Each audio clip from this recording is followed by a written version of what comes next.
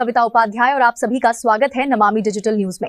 अगर आपने अभी तक हमारे चैनल को सब्सक्राइब नहीं किया है तो तुरंत सब्सक्राइब करें। नमस्कार, मैं कृतिका उपाध्याय आप सभी का स्वागत करती हूँ नमामि डिजिटल में। इस वक्त हम शुभम अपार्टमेंट्स में मौजूद हैं, जहां पर श्री इंद्रप्रस्थ सांस्कृतिक मंच द्वारा अक्षरधाम सत्संग आयोजित किया जा रहा है सुनील हांडा जी की अध्यक्षता के अंतर्गत, जहां पर अक्षरधाम मंदिर के प्रमुख स्वामी जी मुनि वत्सल स्वामी जी एवं धर्ममूर्ति स्वामी जी बोरोड लाइफ के प्रवचन एवं सत्संग का आयोजन किया जा रहा है। आइए देखते हैं कार्यक्रम की कुछ झलकियां।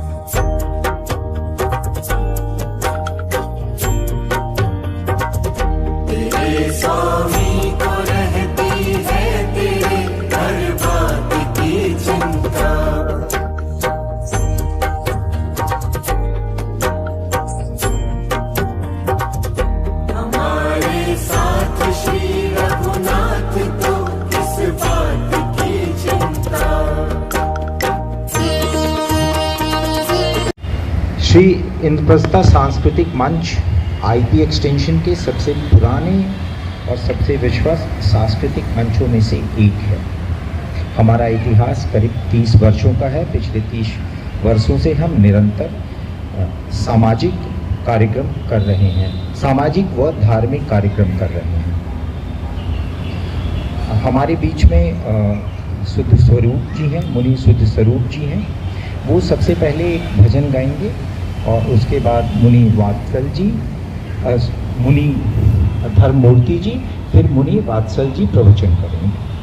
आज की जय, सियावर रामचंद्र भगवान की जय, राधा कृष्ण भगवान की जय, उमापति महादेव की जय, भगत जी महाराज की जय, शास्त्री जी महाराज की जय, योगी जी महाराज की जय, प्रमुख स्वामी जी महाराज की जय, महंत स्वामी जी महाराज की जय, सब संतन की जय। सत्संग सभा की शुरुआत हम भगवान के मंगलकारी एवं कल्याणकारी नाम स्मरण से करते हैं।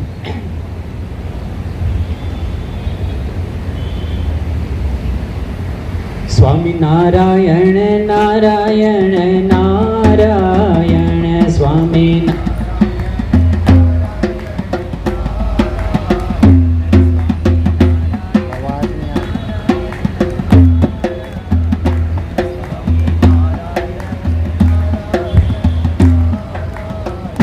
स्वामी नारायण स्वामी नारायण स्वामी नारायण लक्ष्मी नारायण स्वामी नारायण स्वामी नारायण नारायण नारायण स्वामी में मत रोल रे अभी जो मिला फिर न मिलेगा कभी नहीं कभी नहीं कभी नहीं रे मनुष्य जन्म अनमोल रे से मिट्टी में मत रोल रे अभी जो मिला है फिर न मिलेगा कभी नहीं कभी नहीं कभी नहीं रे घनश्याम तो बोल रे जीवन में रस घोल रे अभी जो मिला है फिर न मिलेगा कभी नहीं कभी नहीं कभी नहीं रे मनुष्य जन्म अनमोल रे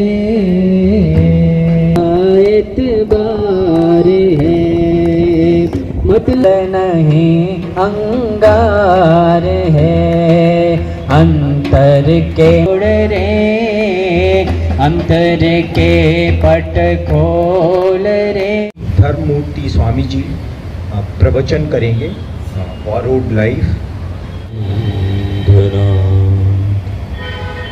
श्री स्वामीनारायण भगवान की जय। अक्षर पुरुषोत्तम महाराज की जय। श्री राधा कृष्ण भगवान की जय। श्री सियावर रामचंद्र भगवान की जय। श्री उमापति शंकर भगवान की जय। श्री जगदम्बे माता की जय। श्री प्रमुख स्वामी जी महाराज की जय। श्री महंत स्वामी जी महाराज की जय। आज यहाँ पर श्री इंद्रप्रस्थ सांस्कृतिक मंच की ओर से सत्संग का आयोजन हुआ है, लेकिन इस सत्संग में आज जो विषय है,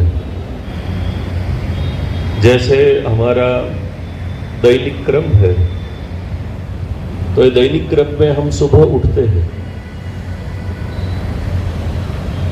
सुबह उठने के बाद हम तैयार होते हैं।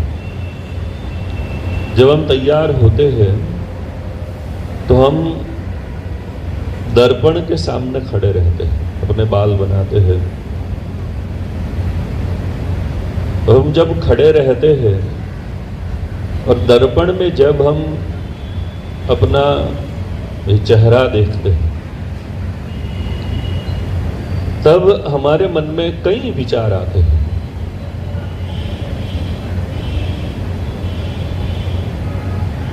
और इसमें जो एक विचार आता है, वैसे तो यहाँ पर जो सभी बैठे हैं ज़्यादातर सभी अब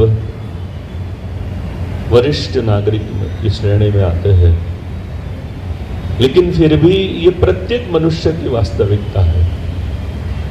हमें लगता है कि ये जो बात हो रही युवा के लिए होगी, लेकिन केवल जो है युवा या तो नई पीढ़ी की बात नहीं है, सभी के मन में विचार आता है कि मेरा जो चेहरा है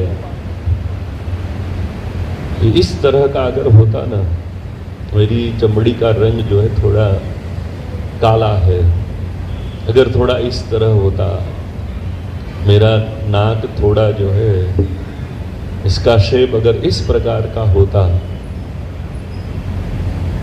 तो ऐसे जो है अपने जीवन के बारे में हमारे मन में कई विचार आते हैं कि मेरा जीवन ऐसा होता तो ठीक रहता, मेरा चेहरा अगर ऐसा होता तो बहुत अच्छा रहता, मेरे जो है एक शब्द है फेस कट, ये अगर जो है इस प्रकार का होता तो ठीक रहता। ऐसे कई विचार हमारे मन में आते हैं। आध्यात्मिकता के विचार जो महाराज दशरथ जी को दर्पण में देखकर आया था, उन्होंने भी दर्पण में देखा था, लेकिन उन्होंने देखा कि मेरे बाल अब सफेद होने लगे, अब मुझे सब कुछ छोड़ने का समय आ गया। ऐसा विचार तो हमारे मन में नहीं आता है, लेकिन यही विचार आते रहते हैं। तो ये जो विचार है कि मेरे जीवन में अगर ऐसा होता, मेरा चेहरा ऐसा होता, मेरी चमड़ी का रंग यह होता, तो ये सब कहां से आया? तो यही जो है ये शब्द जो है यहां पर लिखा है बोरोड लाइफ। हमें जो जीवन मिला है, ये जीवन से हमें संतोष नहीं है। हमें हमेशा दूसरा का जीवन जीना अच्छा लगता है कि ये देखो कितना बढ़िया है इसके पास। तो ये सारे जो विचार है, ये विचार कहां से आते हैं? और वर्तमान समय में इसके ऊपर सोचना क्यों बड़ा आवश्यक है, इसके ऊपर हम यहाँ पर अभी थोड़ा विचार करेंगे। तो हम दूसरों से प्रभावित होते हैं। हमारे समय में टीवी और फिल्में थी, उसमें जो लोग आते थे उनसे हम प्रभावित होते थे कि मेरा ऐसा होना चाहिए। अब सोशल मीडिया आ गया है और सोशल मीडिया के जो इन्फ्लुएंसर्स हैं उससे प्रभावित होते हैं। तो सर्वप्रथम हम यह समझेंगे कि हम इस तरह दूसरों से प्रभावित क्यों होते हैं, ये सही है या गलत है, सही क्या होना चाहिए और गलत क्या हो रहा है, इसके ऊपर हम यहाँ आज विचार करेंगे। तो हम क्यों प्रभावित होते हैं दूसरों को देखकर, हम क्यों इन्फ्लुएंस हो जाते हैं दूसरों का जीवन देखकर? तो यह हमारा एक स्वभाव है। जो है एक रिसर्च ऐसा बताता है, एक जो है मान्यता इस प्रकार है कि मनुष्य का जो विकास हुआ है, ये विकास कैसे हुआ है? तो पहले के समय में आज जैसी सुख सुविधा सब कुछ नहीं था। हम सब या तो हमारे पूर्वज वो जंगलों में रहते थे, जहां पर पल पल पर जो है डेंजर था, कहीं से कोई हिंसक पशु आ गया मार डालेगा। समय में अगर सर्वाइव में रहेंगे तो जीने के जो है ये चांसेस बढ़ जाएंगे। और इसीलिए ग्रुप में रहते थे। जब ग्रुप का कोई लीडर होता था, जब ग्रुप में रहते थे तो दूसरों को देखते थे। तो ये रिसर्च ऐसा बताता है कि हमारा ब्रेन का जो विकास हुआ है, वो विकास ही इस प्रकार हुआ है कि हम साथ में रहे, दूसरों को देखें। इवोल्यूशन ही इस प्रकार हुआ है और हमारा मन ज़्यादातर जो है ये दूसरों के साथ रहता है तो सुरक्षा का अनुभव करता है। हमारे समय में जो है, पहले के समय में समाज में एक प्रथा होती थी कि किसी ने कुछ ऐसा किया हो तो उसे समाज से बाहर निकाल देते थे, वो अकेला पड़ जाता था। ब्रेन वायरिंग कहते हैं उसे। हमारे ब्रेन में जो न्यूरॉन्स है, इसमें एक न्यूरॉन्स जो है उसका नाम है मिरर न्यूरॉन्स। ये मिरर न्यूरॉन्स का काम क्या है कि दूसरों को देखता है और उसको फिर इमिटेट करता है। आधुनिक विज्ञान बताता है कि हम जो भी कुछ सीखे हैं इसमें से 80% हम दूसरों को देखकर ही सीखे हैं। दूसरों को देखकर हम सीखते हैं। यही जो है हमारा ब्रेन का एक स्ट्रक्चर है कि दूसरों का हमने देखा और हम इस प्रकार करने का प्रयत्न करते हैं। जैसे हमने एक जो है वास्तविकता के बारे में सुना होगा कि जब बालक का जन्म होता है तो कई बालक जन्म से ही सुन नहीं सकते। अब जो बालक जन्म से ही सुन नहीं सकता है वह बोल भी नहीं पाता है। वह बोल सके ऐसे जो है उसके शरीर में सब प्रकार की संभावना होती है, लेकिन जो जन्म से सुन भी नहीं सकता है वह बोल भी नहीं पाता है। क्यों नहीं बोल पाता है? क्योंकि हम जो भाषा सीखते हैं वह भाषा हम दूसरों को सुनकर ही सीखते हैं। और यह काम है मिरर न्यूरॉन्स का। दूसरी जो बात है, हमारे ब्रेन में एक हार्मोन्स रिलीज होता है जिसे द बॉन्डिंग हार्मोन कहते हैं और इसका नाम है ऑक्सीटोसिन। ये कब रिलीज होता है? तो जब हम कोई सुरक्षा का अनुभव करते हैं तब वह जो है रिलीज होता है। और जब वह रिलीज होता है तो हमें अंदर से एक पूर्णता का, फुलफिलमेंट का अनुभव होता है। टेम्पररी होता है ये। तो हम सुरक्षा का अनुभव कब करते हैं?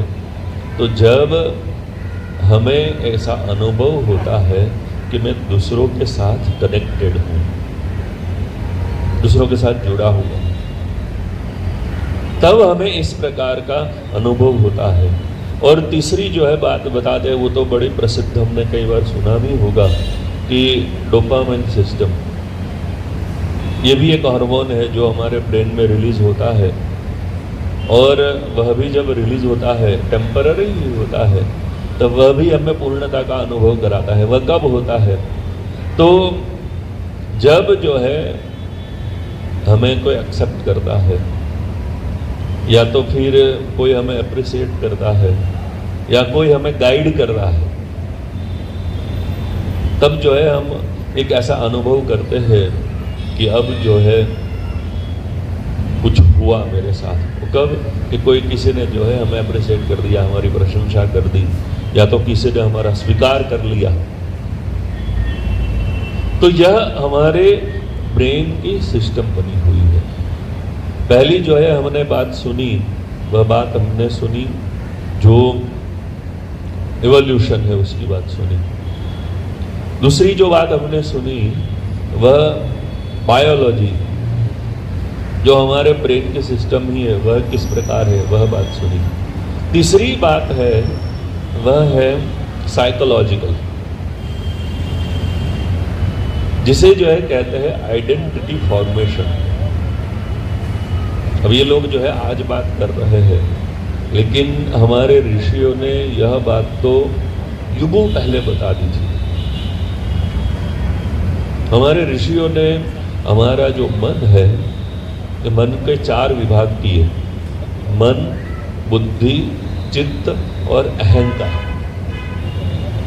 इसमें पहले 3 है, उसकी चर्चा यहाँ पर आवश्यक नहीं है, लेकिन जो चौथा विभाग मन का बताया उन्होंने, अंतःकरण कहते हैं उसका बताया, वह क्या है? अहंकार। ये अहंकार क्या है? तो हमारी पहचान। ऐसा कहते हैं कि सबसे बड़ा अगर जो है कोई साइकोलॉजिकल क्वेश्चन है तो वह है हु एम आई, मैं कौन हूं। हम अपनी पहचान को लेकर जो है ना बड़े ही जागृत होते हैं कि मैं कौन हूं। इसलिए जो है हम कोई इस प्रकार की सोसाइटीज बनी होती है उसके साथ जुड़ने का प्रयत्न करते हैं। ये सही है गलत है इसकी अभी हम चर्चा नहीं कर रहे, हम जो है एक ह्यूमन टेंडेंसी है उसकी चर्चा कर रहे हैं। जैसे कोई जो है क्लब हो रहे, लायंस क्लब है और भी जो है कई ऐसे क्लब है, उसके साथ हम जुड़ते हैं और फिर इसका वो लगाते हैं। ये क्या है कि लोग मुझे जाने कि यह कौन है। आइडेंटिटी फॉर्मेशन, अहंकार, पहचान, यह जो है साइकोलॉजिकल है। और इसमें जो है एक पहचान जैसे हमने बताया कि मैं इसके साथ जुड़ा हुआ हूँ, या तो मैं इसे फॉलो करता हूँ, या तो मैं अपनी हेयर स्टाइल उसने जो बनाई है इस प्रकार रखता हूँ। मेरी जो है बोलने की स्टाइल है वो जो हीरो बोलता है ना उस प्रकार है। ये सब क्या है? हमारी आइडेंटिटी का फॉर्मेशन। मतलब हम दूसरों को फॉलो करने का प्रयत्न करते हैं। तो ये जो तीन बात है, ये तीन बात समझना ये बड़ा आवश्यक है कि हम दूसरों को फॉलो करेंगे ही, क्योंकि हमारे ब्रेन में ही ऐसे न्यूरॉन्स है जो दूसरों को देखकर ही सीखता है। हमारी जो आइडेंटिटी है, आइडेंटिटी ही जो है हम इस प्रकार खड़ी करते हैं जो दूसरों के ऊपर आधारित होती है। ये एक साइकोलॉजी ही है, हमारी टेंडेंसी ही है हमारे मन की। तो ये तो है, लेकिन प्रॉब्लम कहां पर है कि फॉलो करने का जो हमारा मन का स्वभाव है वो जब गलत जगह पर लग जाता है तब समस्याएं खड़ी होती है कि हम किसको फॉलो कर रहे हैं, किसके जीवन में से हम सीख रहे हैं। हमारे सपने जो हमने बनाए हैं, वो सपने हमने किसका जीवन को देखकर हमारे सपने हमने बनाए। ये बड़ा ही आवश्यक है समझना। जैसे हमने प्रारंभ में बताया कि यहाँ पर अधिकतर जो हम बैठे हैं, हम सब अपना जीवन जो है जी चुके हैं। जीवन में जो करना था सब कुछ जो है हम कर चुके हैं, लेकिन हमने क्या किया? हमने अपने जीवन का आधार, जिसे जो है दूसरे शब्दों में हम कहते हैं रोल मॉडल, किसको बनाया? हम किसका जीवन जी रहे हैं अभी वर्तमान में जो है वह, यह समझना बड़ा ही आवश्यक है। ये जो है पूरा फॉर्मेशन होता है, जैसे बताया तो कैसे होता है? अभी वर्तमान समय में ये सोशल मीडिया का युग आ गया है, सभी के पास मोबाइल है। मोबाइल में हम बहुत कुछ देखते हैं। पहले जब टीवी होता था तो टीवी में जो प्रोग्राम आए तो हमारे पास कोई जो है इतनी चॉइस नहीं थी। अब तो मोबाइल में जो सोशल मीडिया है और इसमें भी खास करके यूट्यूब और ये सब जो है और भी सोशल मीडिया है, उसमें इतना कुछ है, ये सब कुछ हम देखते रहते हैं। तो हम जो भी कुछ देखेंगे, हमारा ब्रेन ही इस प्रकार बना हुआ है कि उसे इमिटेट करने का प्रयत्न करेगा ही।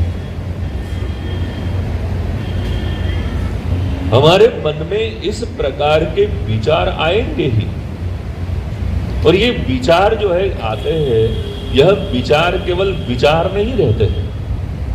हम जो भी कुछ देखते हैं, जो भी कुछ सुनते हैं, हमारा जो सबकॉन्शियस माइंड है वह इसके विषय में सोचने का प्रारंभ कर ही देता है,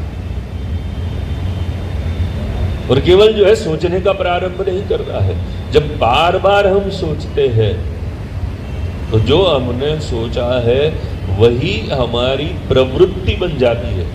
कई बार लगे कि अब तो हम थोड़े दूसरे का अनुकरण करेंगे, हम तो विवेकी है, बड़े हो गए, समझदार है, हम बुद्धिमान है, तो हम थोड़ा दूसरे का अनुकरण करेंगे, हमारे ऐसे विचारों के दिशा में हम थोड़े आगे बढ़ेंगे। लेकिन चाहे कोई भी हो, जो विचार हमारे मन में बार बार आता है उसके अनुसार हमारा आचरण समझकर या तो ना समझकर भी हो ही जाता है।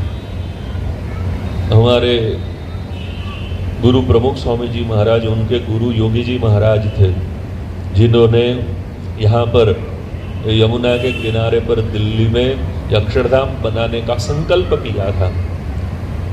ये ब्रह्मस्वरूप योगी जी महाराज इस बात को एक कहानी के द्वारा समझाते थे कि एक सेठ जी थे, बड़ा कारोबार था, रोज अपनी जो पीढ़ी थी दुकान में जाकर बैठते थे, नौकर चाकर काम करते थे, वो बैठे रहते थे। दुकान के सामने ही एक चौराहा था, चौराहे के बीच में ही एक बड़ा ही जो है सर्कल था, सर्कल के बीच में बरगद का वृक्ष था, और इस बरगद के वृक्ष के नीचे रोज एक सांड आकर बैठता था। अब एक बार सेठ जी अपनी दुकान पर बैठे थे, वो सांड तो रोज आता था, लेकिन सेठ जी की दृष्टि वो सांड के ऊपर गई। सेठ जी ने देखा सांड बैठा है, सांड तो अपनी मस्ती में बैठकर आंखें बंद करके जुगाली कर रहा था, लेकिन सेठ जी के मन में सांड को देखकर विचार आया कि सांड के सींग है ना एकदम गोल है, अगर इसमें जो मेरा मस्तक है, मस्तक रखा जाए तो एकदम सेट हो जाएगा। अब हमारा मन तो कैसा है, कुछ भी विचार करता है, तो विचार आया।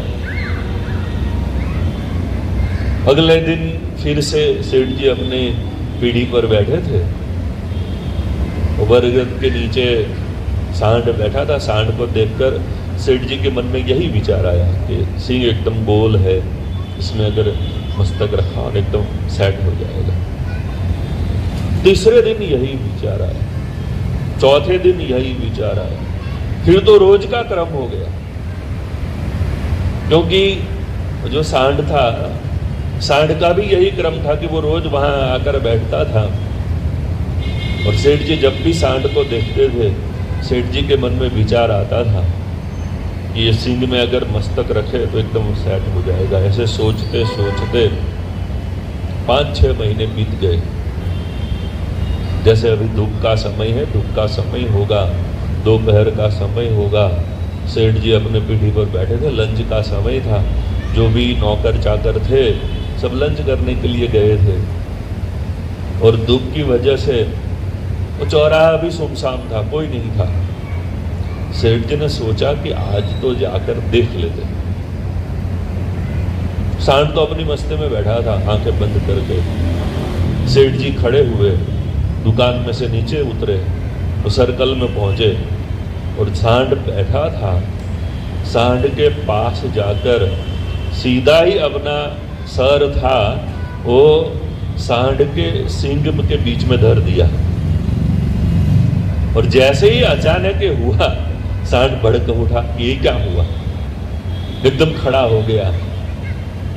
सेठ का जो सर था वो सींग के बीच में फंस गया। सेठ जी लटक पड़े, सांड की आंखें के ऊपर ही शरीर आ गया, तो दिखना बंद हो गया सांड को। सांड भागा, जाकर दीवार से टकराया, इस और भागा, वहां टकराया, क्योंकि उसे तो कुछ दिख ही नहीं रहा था, शरीर आ गया था आगे सेठ जी का। सेठ जी सीखे मारने लगे, लोग इकट्ठे हो गए, सांड को कॉर्नर किया, सेठ जी को बाहर निकाले। पानी वानी पिलाया। सेठ जी का पूरा शरीर छिल गया था। दुकान में जाकर सुलाए पीढ़ी में, थोड़ी मरहम पट्टी की, सब लोग चले गए। सेठ जी लेटे हुए थे। सेठ जी का मित्र था, वो बैठा था साथ में, सब चले गए। फिर भी मित्र ने पूछा कि ये हुआ कैसे, कि बात समझ में नहीं आती है, ये सींग में मस्तक कैसे फंस गया। तब सेठ जी ने बताया कि वो तो मैंने ही जाकर रखा था। तब मित्र ने कहा कि सोचना तो चाहिए। सेठ जी ने क्या कहा, 6 महीने से सोच रहा था। अब ये एक कहानी है, लेकिन हम जो बार बार सोचते हैं वही क्या हो जाता है, हमारी प्रवृत्ति हो जाती है, हमारे आचरण में आ जाता है। अब जो हम बार बार देखेंगे क्या होगा, हमारा मन इसके विषय में विचार तो करेगा ही। हम ये नहीं सोचेंगे कि ये सही है गलत है, क्योंकि इस प्रकार की जो वीडियो बनाई जाती है, ये वीडियो एक हेतु से बनाई जाती है। जो हम सोशल मीडिया पर देखते हैं, और ये हेतु है, वह हेतु क्या है, मोनेटाइजेशन, पैसे कमाना, एकमात्र हेतु है। सोशल मीडिया पर या तो यूट्यूब पर जितनी भी वीडियो, जो भी कुछ होता है, क्यों होता है, मूवीज बनाते हैं या तो फिर जो है टीवी में सीरियल्स, ये सब कुछ आता रहता है, क्यों कहता है सब, क्या समाज को सही दिशा में ले जाने के लिए सब कुछ बनाते हैं। वो तो एक मुखौटा है। जो मुख्य उद्देश्य है, ये मुख्य उद्देश्य क्या है, पैसा कमाना।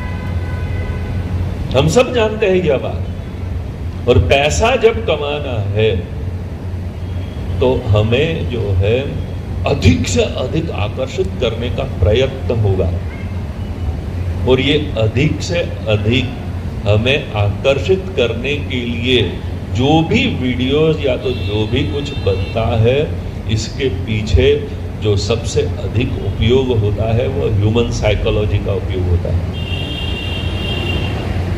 जो साइकोलॉजी और हमारे ब्रेन की जो बातें हैं, हमने प्रारंभ में चर्चा की,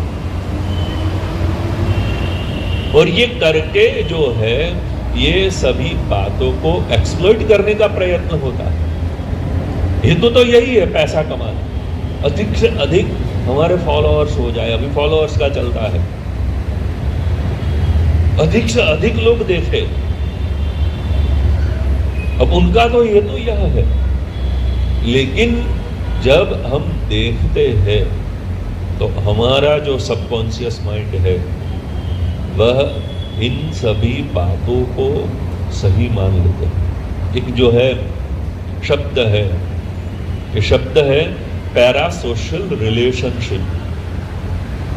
जब अब ये सोशल मीडिया का युग आया है तो इसमें इस प्रकार की जो रिलेशनशिप है उसको एक्सप्लॉइट किया जाता है। उसमें क्या होता है, तो वन साइडेड इमोशनल कनेक्शंस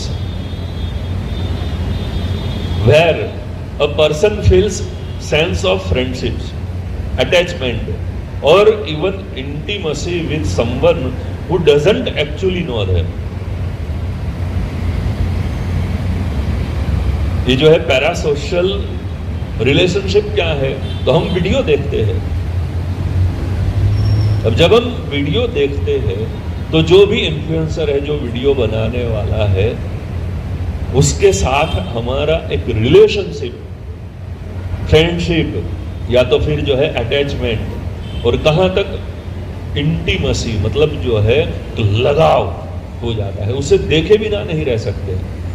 हम कहीं पर काम करते हो तो भी जो है हमारे मन में विचार आता है कि आज जो है इसकी वीडियो नहीं देखी।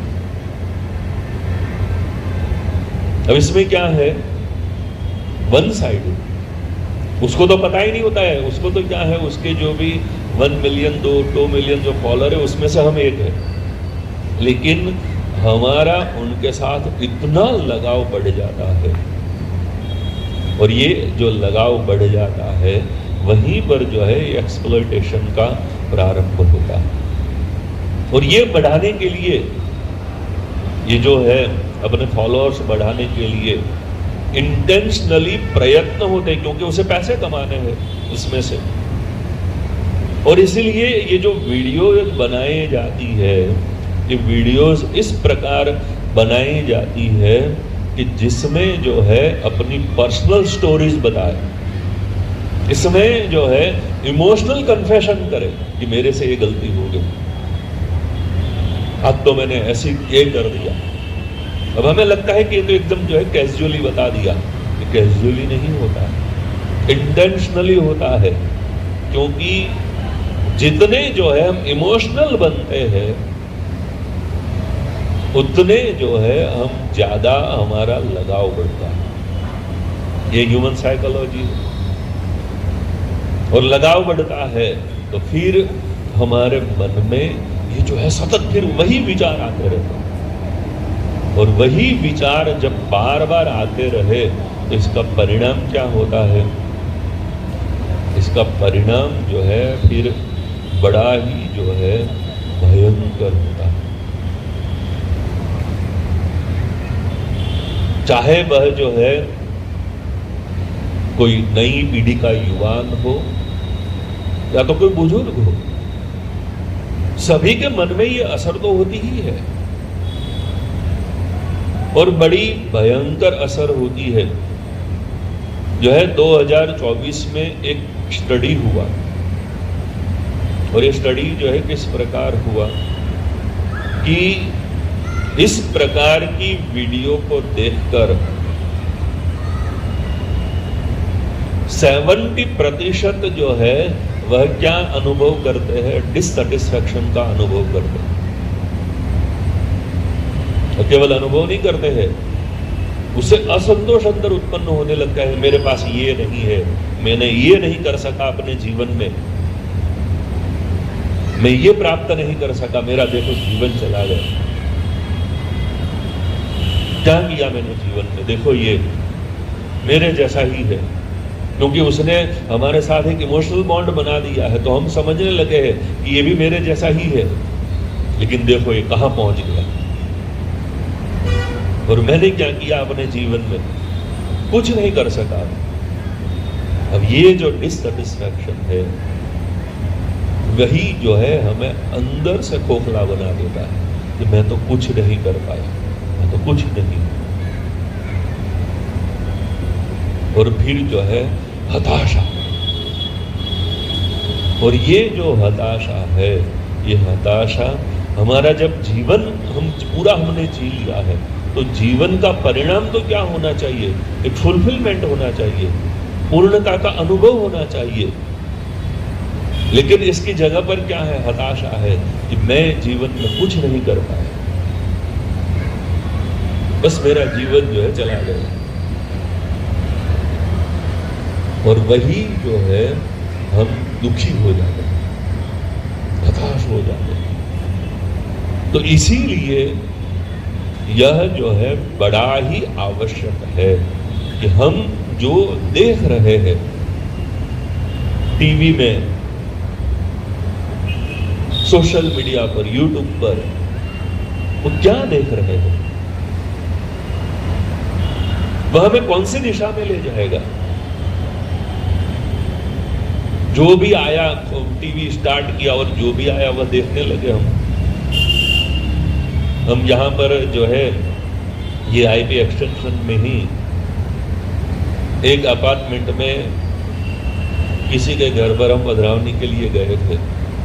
रिटायर्ड थे, बुजुर्ग थे। अब रिटायर्ड है तो पूरे दिन घर में है, टीवी देखते रहते हैं। अब टीवी देखते रहते हैं, हताश हो गए थे। हमें जो है बता रहे थे कि ये देश का क्या होगा, क्योंकि टीवी में वही कुछ आ रहा है कि यहाँ पर ये हो गया, यहाँ पर ये हो गया। और एक बार हुआ हो, लेकिन वह बात 10 बार दिखाते हैं, 20 बार दिखाते हैं। अब जब एक ही बात 10 बार 20 बार देख ले, क्या होगा? कि क्या हो रहा है समाज में, समाज कहाँ जाएगा। तो हम क्या देख रहे हैं, क्या सुन रहे हैं, इसके ऊपर हमें विचार करना चाहिए, सोचना चाहिए कि हम क्या देख रहे हैं, क्योंकि जो हम देखेंगे हमारा रोल मॉडल भी उसी प्रकार बनेगा। तो बड़ा ही आवश्यक है कि हम जो है सत्संग करें। जैसे जो है इस प्रकार की ये सब है, तो हमारे लिए अब ये भी सुविधा हो गई है कि हम सत्संग कर सकें। यहाँ पर अक्षरधाम में यहाँ से जो है एकदम नज़दीक है, 15 मिनट का रास्ता है। यहाँ पर हम आते हैं, जब हम वापस जाते हैं 15 मिनट लगती है। प्रत्येक रविवार सत्संग होता है शाम को 5 से 7। तो ऐसे जो है सत्संग में जाए, वहाँ जो हम जाएंगे तो हमें जीवन की पूर्णता का अनुभव होगा। भातिवातः समिन्द्र वह्निर्दधते धरणिरुदधी लङ्घते नैव बेलाम् सोऽयं श्रीमान् निखिलजगताम्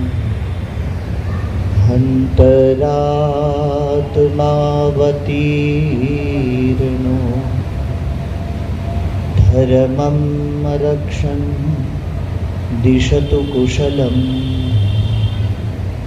स्वामिनारायणो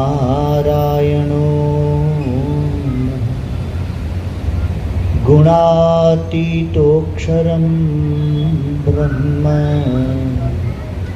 भगवान् पुरुषोत्तमः जनो जानन्निदं सत्यं मुच्यते भवबन्धनात्। श्री स्वामीनारायण भगवान की जय।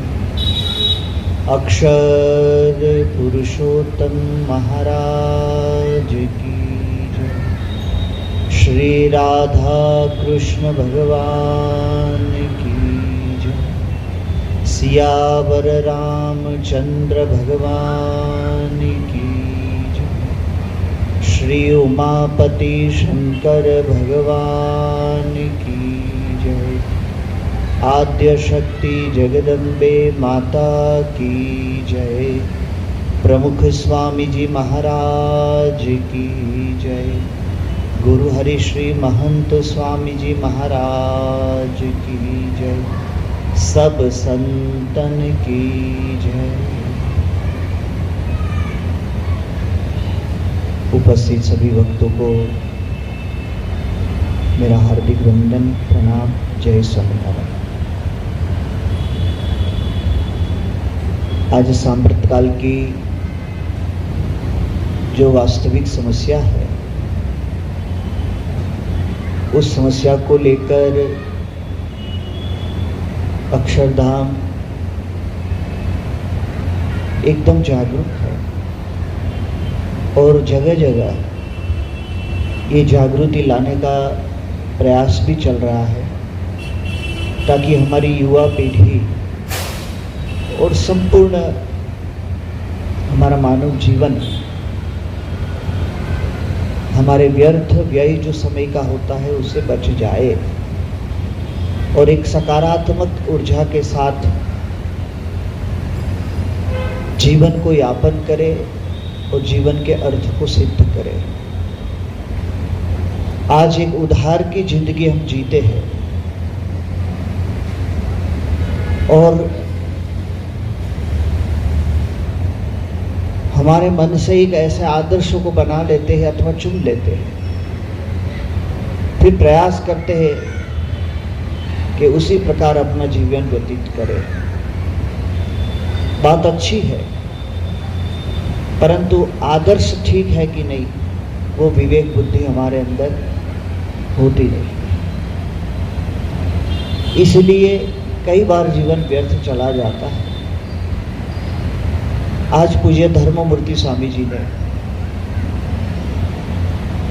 मनोवैज्ञानिक रूप से, वैज्ञानिक रूप से, सामाजिक रूप से हमारी परंपरागत, सांस्कृतिक परंपरागत हमारी मानसिकता क्या है और सांप्रत काल की चतुराई क्या है, ये सभी वस्तुओं को एक साथ हमारे सामने रखा है। हमारी शारीरिक संरचनाओं जो है वो हमें किस प्रकार के हार्मोन से हमारे मन के अंदर संतुष्टि का भाव थोड़ी क्षणों के लिए उत्पन्न करता है, ये बातों का भी उन्होंने अपने व्याख्यान में उल्लेख किया। और सर्व प्रकार से एक मानव कृति जो वो किस दिशा में वैचारिक रूप से चलती है और प्रवृत्तिमय होती है, उसका एक पूरा मनोविज्ञान समझाया है। और ये समझाने के बाद उन्होंने हम सभी को ये बहुत सुंदर मार्गदर्शन दिया कि सतत मोबाइल के साथ, सोशल मीडिया के साथ जुड़ने से हमें क्या लाभ प्राप्त हुआ। यदि वो आप इतना ही विचार करें तो परिणाम में शून्य मिलेगा। समय चला गया, प्राप्त कुछ हुआ, समय चला गया। यदि इतने समय में हम कुछ और करते, अच्छा चिंतन, अच्छा मनन, अच्छा भजन, शास्त्र का स्वयं अध्ययन, सामाजिक रूप से और पारिवारिक रूप से संवादिता साध कर हमारे भीतर में पड़ी हुई शुभ भावनाओं को यदि क्रिया में रूपांतरित करके समाज के लिए कुछ करते, तो जो संतुष्टि मिलती वो संतुष्टि सोशल मीडिया में अनेकों रील्स देखने के बाद में मिलती नहीं है। एक बात समझनी चाहिए कि 24 घंटा मनुष्य जो जीता है उसमें उसके जीवन के 23 घंटे 59 मिनट, 23 घंटे 59 मिनट और 30 सेकंड वो अलग होती है। और जो रील्स उसने 30 सेकंड की भेजी है आपको,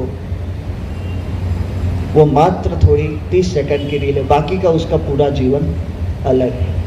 हम बाकी के जीवन को देख नहीं सकते और वो 30 सेकंड से प्रभावित होते। एक रील देखने में व्यक्ति को 30 सेकंड लगती है, लेकिन जब वो देखकर खड़ा होता है तब 3 घंटे हो गए होते। स्क्रॉल सतत करता रहता है और एक व्यसन सा बन जाता है, एक हैबिट बन जाती है। भविष्य में एक ऐसे रिहैब सेंटर्स खुलेंगे कि जहाँ मोबाइल नहीं होगा।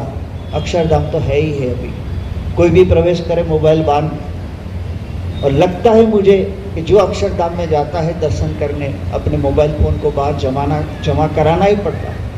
और 2-3 घंटे जो हम व्यतीत करता है वो एक प्रकार से रिहैब सेंटर ही है कि आपको इस व्यसन से बचाने के लिए भविष्य में ये काम होगा। उसके प्रारंभ अक्षरधाम ने 20 वर्षों से कर दिया। परंतु आज का विषय मुझे लगता था कि हमारे नवयुवानों के लिए उचित है, लेकिन अब मोबाइल का ये नशा कंटिन्यूस सतत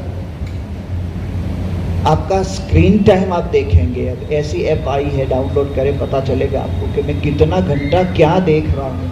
और बाद में आप उस पर विचार करें कि उसे मुझे मिला क्या, थकावट और कुछ नहीं।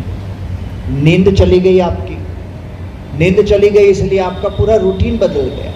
प्रातःकाल पौ फटने से पहले उगते हुए सूर्य के दर्शन करने की परंपरा चली गई, क्योंकि आप रात के 12 बजे तक, 1 बजे तक, 1:30 बजे तक सतत मोबाइल से जुड़े हैं, थके हैं, प्राप्त कुछ हुआ नहीं। सुबह उठेंगे तो सुस्त, कोई चुस्त नहीं, सुस्त, कोई स्फूर्ति नहीं, कोई भावना नहीं, और इस प्रकार से कोई आनंद भी नहीं। फिर जीवन व्यतीत कर लेते हैं पूरा दिन उठते ही। इसलिए बहुत मनुष्य के ये पावनकारी जो अवसर हमें मनुष्य शरीर का मिला है उससे हम वंचित रह जाते हैं। पूज्य शुद्ध स्वरूप स्वामी जी ने जो कीर्तन सुनाया हमें, मानुष जन्म अनमोल है,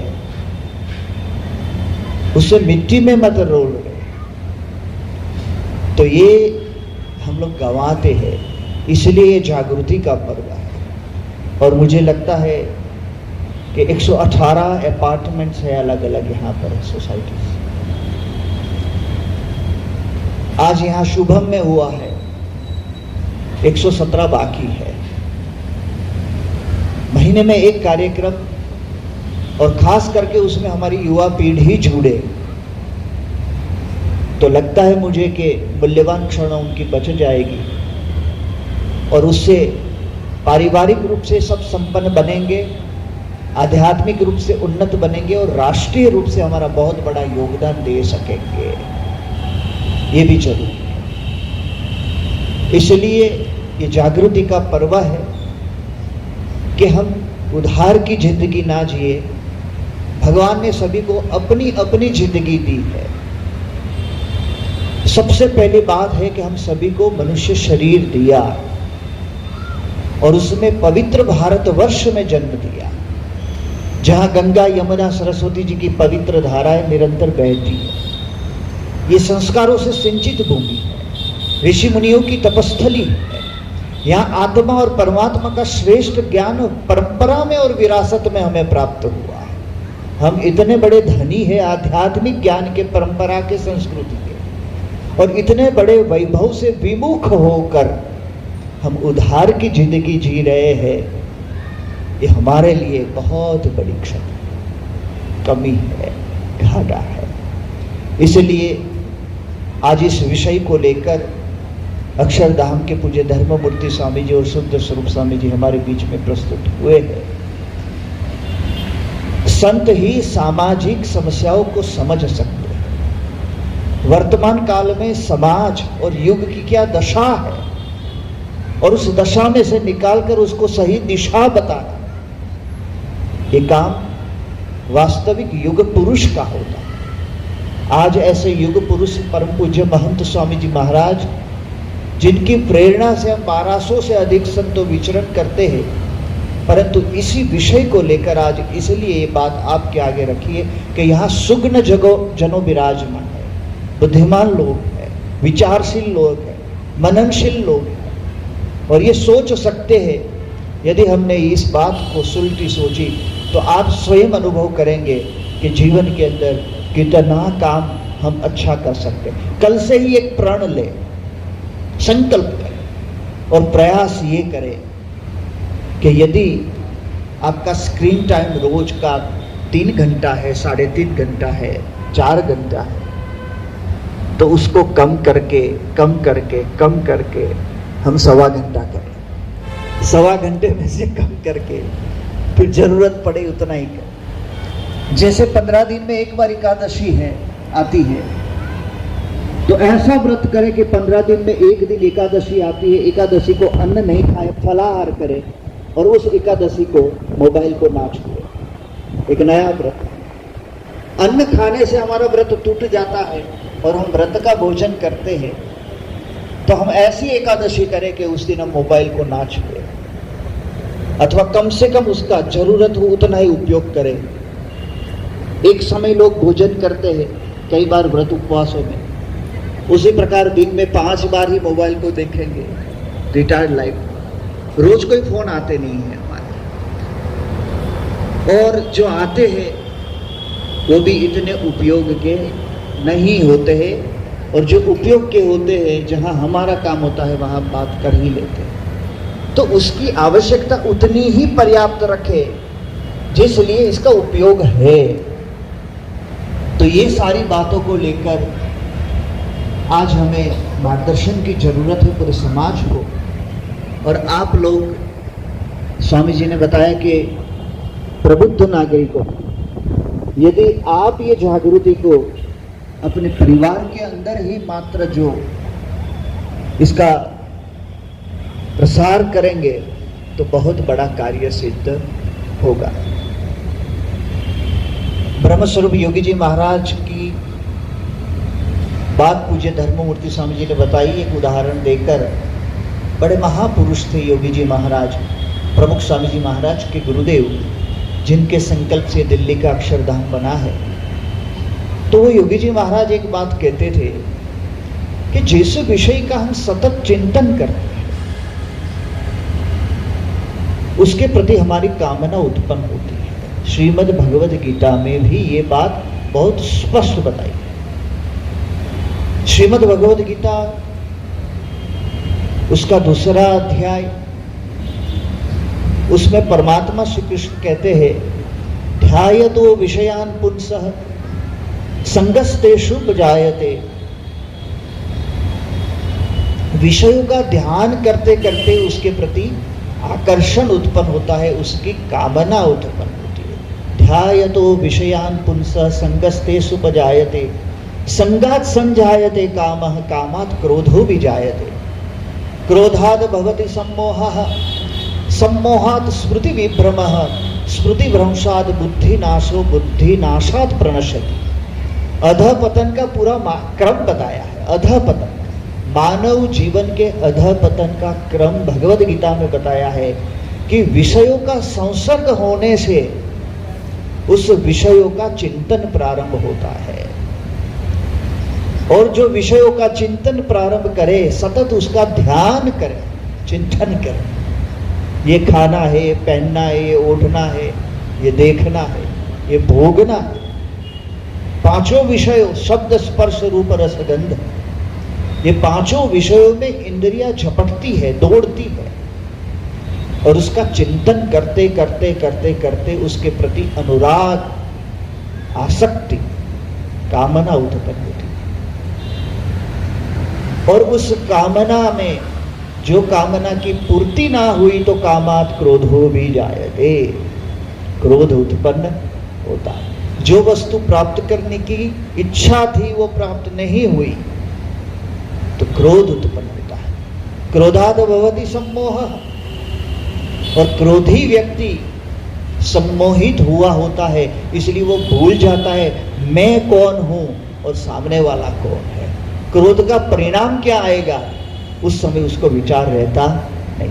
क्रोधाद् भवति सम्मोहः, सम्मोहात् स्मृति विभ्रमः, स्मृति भ्रंशात् बुद्धिनाशो, बुद्धिनाशात् प्रणश्यति। जिसकी बुद्धि का नाश हुआ, विनाश काले विपरीत बुद्धि, और उसका सर्वनाश।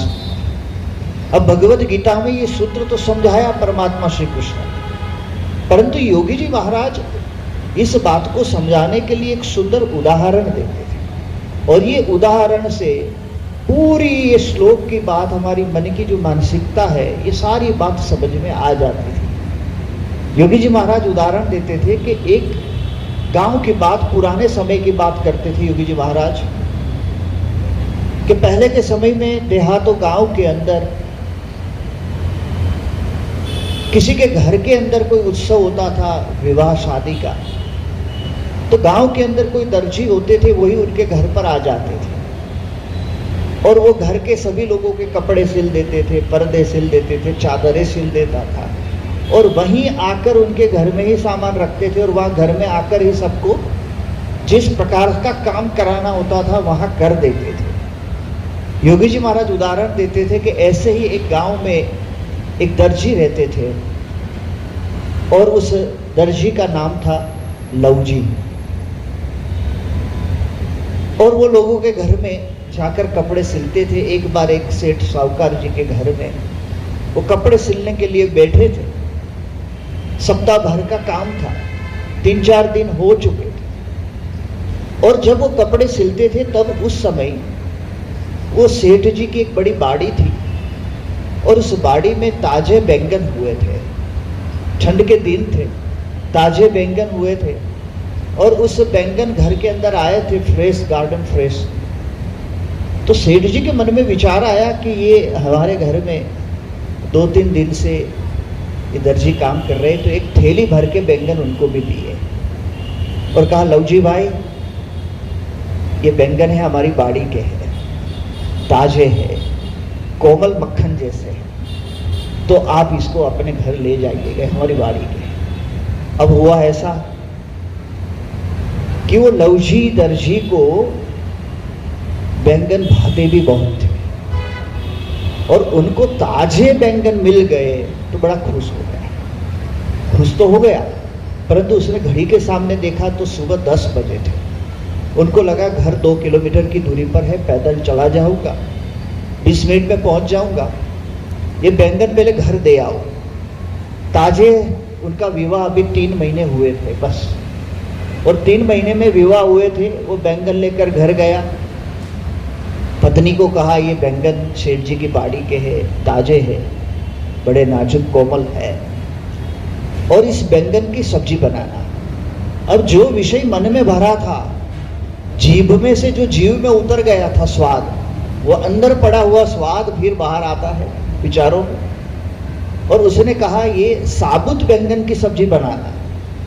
गुजरात में काठियावाड़ किया ये प्रसंग योगी जी महाराज कहते थे, सौराष्ट्र में वहाँ साबुत बैंगन की सब्जी बनती है। छोटे छोटे बैंगन होते हैं, कोमल बैंगन होते हैं, धोते हैं, उसको चीरते हैं, उसमें मसाला भरते हैं और फिर उसको धीमी आंच से पकाते हैं, डबल घी का तड़का लगाते हैं, छौंक, और फिर बाजरे की रोटी के साथ उनको ठंड में खाया जाता है, मतलब ठंडी के दिन। एक वहाँ की एक डिश है समझो भोजन की। तो इसने कहा कि ताजे बैंगन है तो वो साबुत बैंगन की सब्जी बनाना। फिर जितना स्वाद अंदर था वो कहने लगा कि वो मसाला ठीक से भूनना, अजवाइन थोड़ा डालना, गुड़ भी अंदर डालना, नमक में तेरा हाथ जाता है, नमक सोच कर डालना, डबल घी का तड़का लगाना, हल्की आंच से उसको पकाना। जितना स्वाद भरा था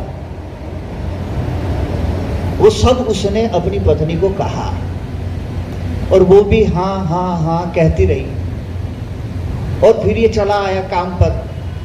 फिर 2 घंटे काम किया और घंटे 2 काम करने के बाद उसको लगा कि अब ये बैंगन बन गए होंगे, क्योंकि यहाँ मशीन पर जब बैठा काम करने के लिए तो वो भगवत गीता का श्लोक शुरू हुआ, ध्यायतो विषयान पुंसः, बैंगन धो रही होगी, अब उसको चीरा होगा, फाँक 4 बनाई, उसमें मसाला भरा होगा, धीमी आंच से पका होगा। आधे घंटे तक वो चिंतन करता रहा और फिर उसको 2 किलोमीटर दूर समझो मन में ही उसकी खुशबू आने लगी। विजुलाइज कर रहा था, ध्यायतो विषयान पुंसः संगस्तेषु उपजायते, इतना आसक्त, मुंह में पानी आने लगा। और फिर उसको लगा अब बैंगन सब्जी तैयार हो गई होगी, और उसने काम बंद कर दिया और फिर घर पहुंचा। खुश था, हाथ पैर धोकर आसन पर बैठा नीचे भोजन कर।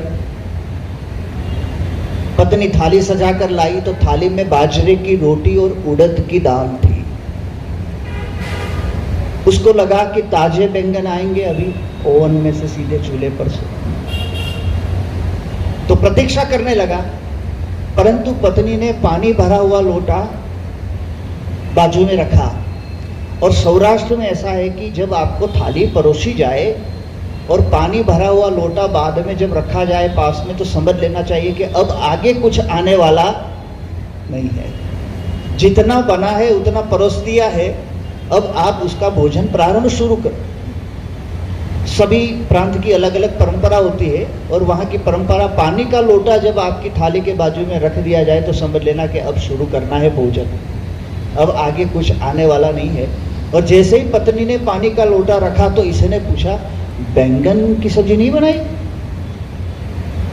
तो पत्नी इतना बोली कि हम 2 ही लोग घर में हैं भोजन करने वाले, जब आप आए थे बैंगन देने तब दाल बन चुकी थी, तो मैंने ये सोचा कि बैंगन की सब्जी शाम को बनाऊंगी।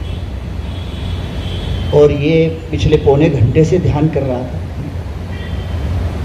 ध्यायतो विषयान पुंसः संगस्तेषु उपजायते, संगात संजायते कामः, कामात् क्रोधो विजायते। जो कामना अंदर आसक्ति खड़ी हुई थी एक सब्जी के प्रति, वो क्रोध में परिवर्तित हो गई। और उस समय क्रोधित होकर वो बोला, तेरा बाप कमाने जाता है? देखो, और इतना अनाप शनाप बोला, बोले पूरे दिन मजदूरी मैं करता हूं, एक सब्जी बनाने में क्या जाता है।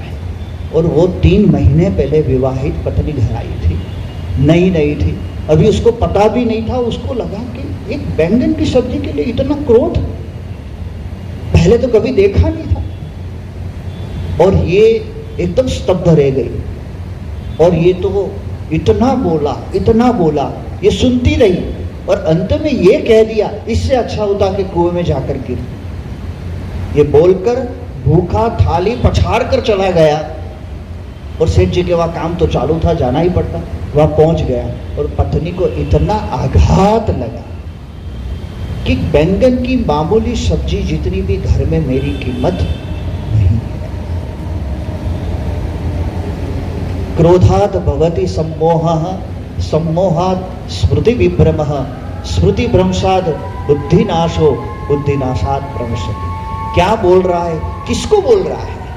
जो आजीवन विवाहित होकर आपको और आपके परिवार को समर्पित हो गई है, अपने परिवार को छोड़कर पति के परिवार के सारे रिश्ते को अपने रिश्ते बना दिए हैं।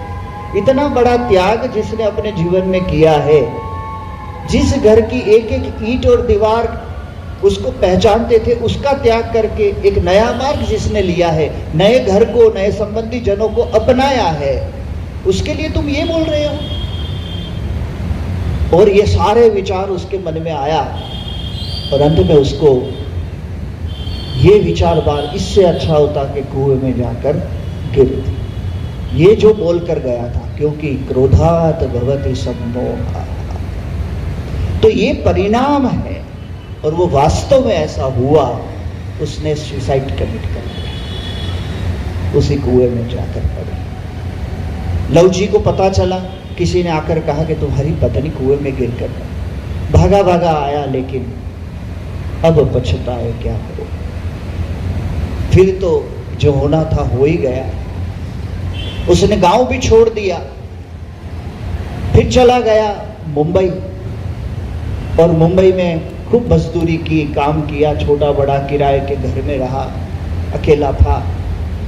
करते करते 12 वर्ष बीत गए और 12 वर्ष के बाद www.secondmarriage.com उसमें से कुछ ढूंढा, एक रिश्ता मिला, शादी की, काम अपना चलता था, शादी भी हो गई। छोटी खोली में रहता था मुंबई की।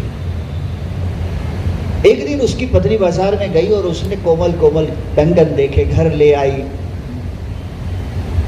उसने भरे हुई बैंगन की सब्जी बनाई और ये दोपहर को जब लंच टाइम में घर आया और देखा कि बैंगन की सब्जी है, थाली में बाजरे की रोटी है, तो पुरानी यादों में खो गया जो 12 वर्ष पहले हुई। सारी घटना नजर के सामने आ गई, बड़ा उदास हो गया। उसकी पत्नी को लगा इसको बैंगन नहीं भाते होंगे और मैंने बना दिए, और ये उदास हो गया। तो उसने कहा कि माफ करना, मुझे पता नहीं था कि आपको बैंगन नहीं भाते, आप इतने उदास हो गए। अब बन गए तो खा लो, अब आगे पूछकर बनाऊंगी कि क्या बनाना है।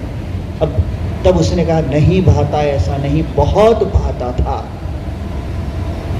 थोड़ा धैर्य रखा होता तो शाम को ही मिल जाती। ये 12 वर्ष के बाद चौंक लगा। धैर्य रहता नहीं। और धैर्य टूटता क्या है? भीतर की कामना हमारे अंदर त्वरा उत्पन्न करती है और वो गलत रास्ते पर हमारे जीवन को ढकेल कर ले जाती है। इसलिए ये कामना उत्पन्न होती है विषयों के संसर्ग से, और आज सारे विषय हमारे मोबाइल में एक साथ हमें मिल जाते हैं। आपको जो देखना है आप देख सकते हैं, आप क्या देखते हैं वो कोई देखता नहीं।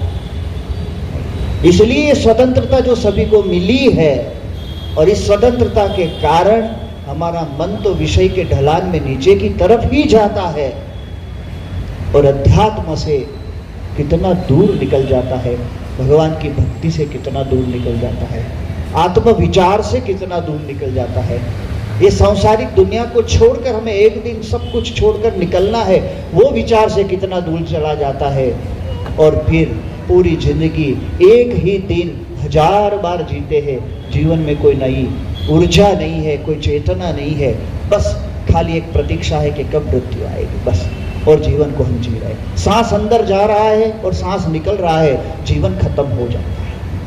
खाली एक वेंटिलेटर पर रखा हो इतना ही जीवन रहता है, बस सांस जाता है और आता है। इसलिए हमको लगता है कि हम जी रहे हैं, कोई चिंतन नहीं, कोई मनन नहीं, जीवन का कोई उद्देश्य नहीं, कोई हेतु नहीं, दूसरों की मदद करना, भजन भक्ति सत्संग, ये सारे वस्तुओं से विमुख, मात्र मोबाइल मोबाइल मोबाइल। इसलिए उधार की जिंदगी को छोड़कर जैसे किराए के घर में रहते हैं तो मन में इच्छा होती है कि अपना खुद का हो जाए और वो प्रयास करके प्राप्त कर लेते हैं।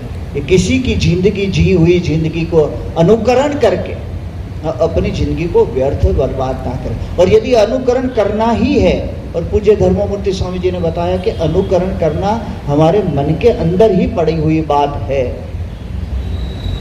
तो सत्पुरुष का अनुकरण करे, सच्चे संत का अनुकरण। वो किस प्रकार से जीते हैं, परोपकार के लिए उन्होंने अपना जीवन किस प्रकार से समर्पित कर दिया है, ये वस्तु को सुने, उसका चिंतन करे, मनन करे और फिर उस प्रकार का जीवन जिए, तो अनुकरण भी हमारे जीवन को सार्थक कर देगा।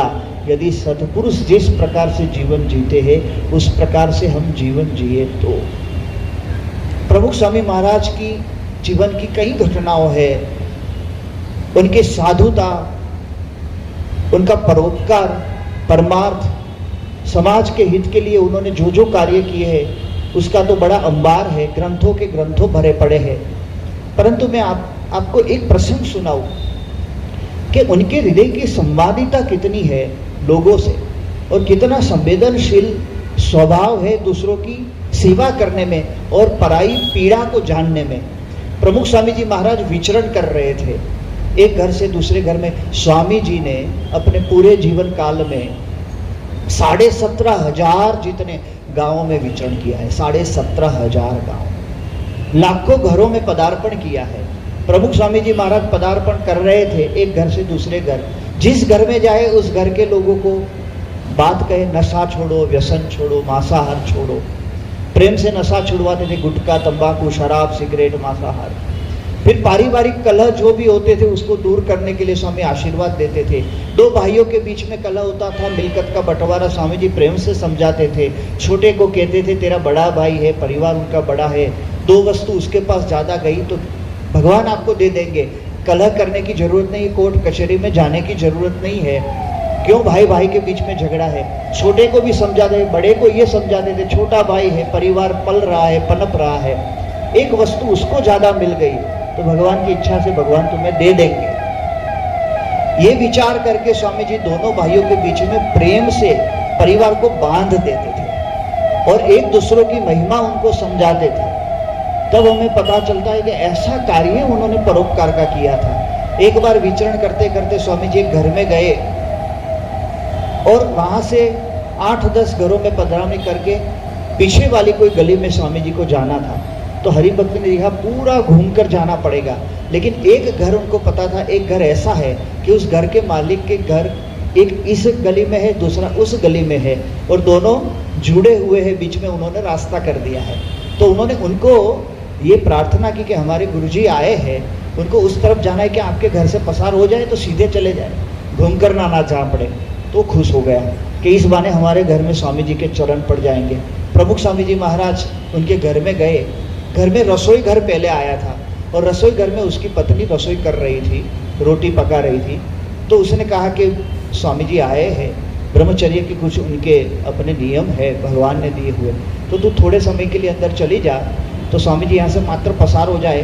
तो स्टोर रूम था रसोई घर में, वो पत्नी अंदर चली गई और स्वामी जी वहाँ से निकले। और स्वामी जी जैसे ही निकले तो स्वामी जी ने देखा कि चूल्हा चालू है, उस पर तवा है, उस पर एक रोटी है। समझ गए कि थोड़ी सेकंडों पहले क्या हुआ होगा। तो स्वामी जी सीधे चूल्हे के पास गए, पलटा पड़ा था, उठाया और रोटी पलट दी और बाहर निकल गए। वो स्त्री स्टोर रूम में है और वो सोच रही थी मेरी रोटी जल जाएगी, मेरी रोटी जल जाएगी। जब बाहर आकर देखा तो रोटी पलटी हुई थी। उसके पति ने कहा प्रमुख स्वामी महाराज ने ये रोटी पलटाई है। तब उसने कहा मेरी अंदर स्टोर में मैं अंदर थी, तब मेरे मन में जो चिंता थी वो चिंता भी ये महापुरुष ने सुन ली, समझ ली और हमारी रोटी पलट दी। फिर उसकी आंखों में थोड़े आंसू आ गए। उसने कहा इतनी बड़ी हुई, मैंने जीवन में कभी गुरु नहीं किए थे और मैं ये मानती थी कि गुरु तो घर आकर ही मिलते हैं। आज मुझे प्रमुख स्वामी गुरु के रूप में मिल गए कि जो हमारी रोटी भी नहीं जलने देते वो हमारा संसार जलने देंगे नहीं। और उन्होंने प्रमुख स्वामी महाराज को अपने गुरुदेव के रूप में स्वीकार किया। ये महापुरुष का जीवन है, ये उनकी भावना है, ये उनका चिंतन है, ये उनकी क्रिया है। भुज में जब भूचाल आया, 550 जितने गाँवों के अंदर वहाँ पर कार्य चला, 15 गांव एडॉप्ट किए, पूरे पुनर्निर्माण करके दे दिए। रोज प्रमुख स्वामी जी रात को 11:15 रिपोर्ट लेते थे कि सारी वस्तु मिल गई, लोगों को क्या क्या जरूरत है। तब 15 दिन के बाद स्वामी जी ने जब फोन किया, संतों ने कहा स्वामी जी पर्याप्त वस्तुओं है, समाज में से खूब सेवा आई है, जहाँ जरूरत है सभी को बांटते हैं, नए मकानों बनाने का काम शुरू हुआ है वगैरह वगैरह। गर्म भोजन की बात भी बताई। 2 बात उस समय प्रमुख स्वामी जी ने कहा कि आज भूचाल आया है, लोग अपने घर से बेघर हो गए हैं, परंतु कई प्रतिष्ठित समाज के ऐसे लोग होंगे जो हमारे राहत शिविरों में आकर गर्म भोजन पंक्तियों में बैठकर करेंगे नहीं। इसलिए नहीं करेंगे कि उनकी प्रतिष्ठा जो है वो प्रतिष्ठा के कारण वो समाज के सभी लोगों के बीच में आकर कभी किसी के पास इस प्रकार से भोजन, परंतु भोजन की जरूरत है तो आप लोग ऐसा करिएगा, ऐसे समाज के प्रतिष्ठित लोग हो जिनको भी आपदा के कारण दुख और कष्ट आया है तो उनके पास टिफिन लेकर जाना और ये कहना कि मंदिर में भगवान का प्रसाद है, क्योंकि भोग तो लगता ही था। और प्रसाद कहेंगे तो प्रसाद का कोई अनादर भी नहीं करेगा और हमारी सेवा हो जाएगी, हमारी सेवा उन तक भी पहुंच जाएगी। तो ये भावना से समाज को प्रमुख स्वामी जी ने जोड़ा है। 15 दिन के बाद एक संत ने कहा स्वामी जी सारी वस्तु पर्याप्त है। तब प्रमुख स्वामी महाराज ने कहा नाखून सबके बढ़ गए होंगे, क्योंकि भूचाल आया उसके 15 दिन हो चुके हैं, कई लोगों के नाखून बढ़ गए होंगे, तो नेल कटर आप सबको दे, ऐसा प्रबंध कराओ। अब ये विचार किसको आता है? हम राशन किट दे देते और फोटो तस्वीर खिंचवा लेते हैं बिना लगवा के। इतना तो समाज के हर लोग करते हैं, परंतु उसकी वास्तविक सेवा क्या है, उसकी आपत्ति क्या है, उनकी मन की पीड़ा क्या है। पहले ही दिन प्रमुख स्वामी महाराज ने कहा कि फूड पैकेट्स तैयार करवाओ, और कच्छ के और भुज के लोगों के लिए जब फूड पैकेट तैयार हुआ तो प्रमुख स्वामी जी महाराज ने सैंपल का पहला पैकेट हाथ में लेकर हाथ से तोला। ऐसा नहीं कि दिखावे के लिए इतना इतना दे दिया, तोला कि एक व्यक्ति की भूख की पीड़ा शांत करे उतना पर्याप्त है कि नहीं। वो तोलने के बाद स्वामी जी ने कहा इसमें रखा क्या है?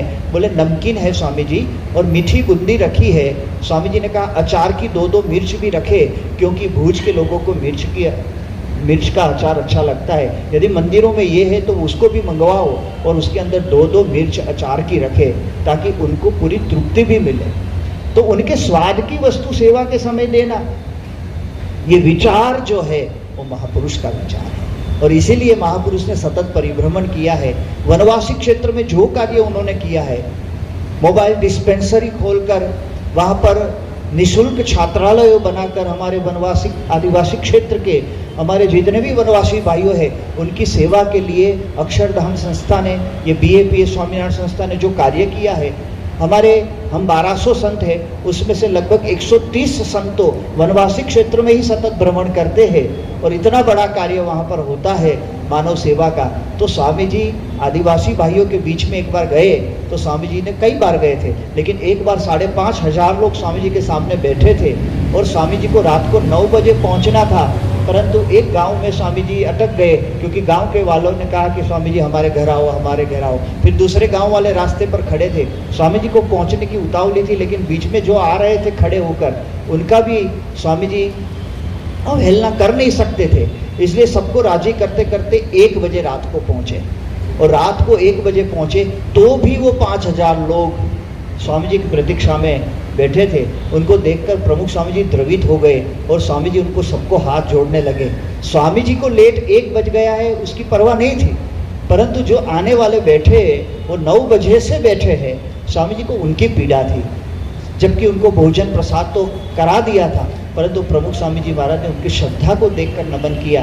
और फिर प्रमुख स्वामी जी जो बोले वो महत्वपूर्ण वस्तु है। स्वामी जी ने कहा आदि से आदि भगवान है, वो भगवान का आप सब में वास है, इसलिए आप आदिवासी है, आप पिछड़े हुए नहीं है, आप वंचित नहीं है, भगवान आपके साथ है और भगवान के संत आपके साथ है, हम पूरे समाज आपके साथ है और हम एक ही है, आप हमारे से अलग नहीं है। इस प्रकार की भावना से वनवासी क्षेत्र में जो कार्य आज अक्षरधाम संस्था कर रही है, BAPS संस्था कर रही है, एक अजोड़ कार्य वहाँ पर चल रहा है। ये सब प्रेरणा प्रमुख स्वामी जी महाराज की है। एक धन और स्त्री के त्यागी संत जिन्होंने 5 पैसे को छुआ नहीं है कभी, नहीं उनके पास बैंक बैलेंस है। आज हम 1200 से अधिक संघ ये संस्था में है, हम पैसे को छूते नहीं है, उनका स्पर्श भी हमारे लिए वर्ज्य है। हमारे पास कोई बैंक बैलेंस नहीं है, हमारे नाम का कुछ नहीं है, 1 इंच जमीन का टुकड़ा भी प्रमुख स्वामी जी के नाम का नहीं है, कोई साधु का नाम का नहीं है। इतना बड़ा कार्य विश्व भर में होता है। अबू धाबी में विश्वविख्यात मंदिर बना, अमेरिका में अक्षरधाम बना, आपका दिल्ली का अक्षरधाम इतना नजदीक है, largest comprehensive Hindu temple in the world. ये दिल्ली का अक्षरधाम सन 2007 17 दिसंबर में घोषित हुआ था गिनीज बुक में।